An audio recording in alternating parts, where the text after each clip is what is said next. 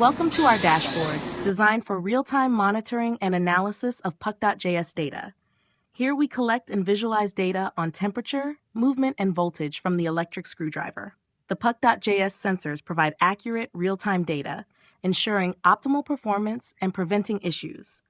This allows us to proactively address any anomalies, maintaining efficiency and tool longevity.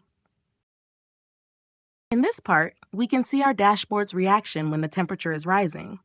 It immediately alerts us to take action.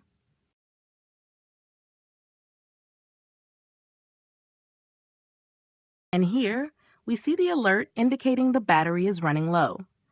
We need to check the power and change the battery to prevent any further problems.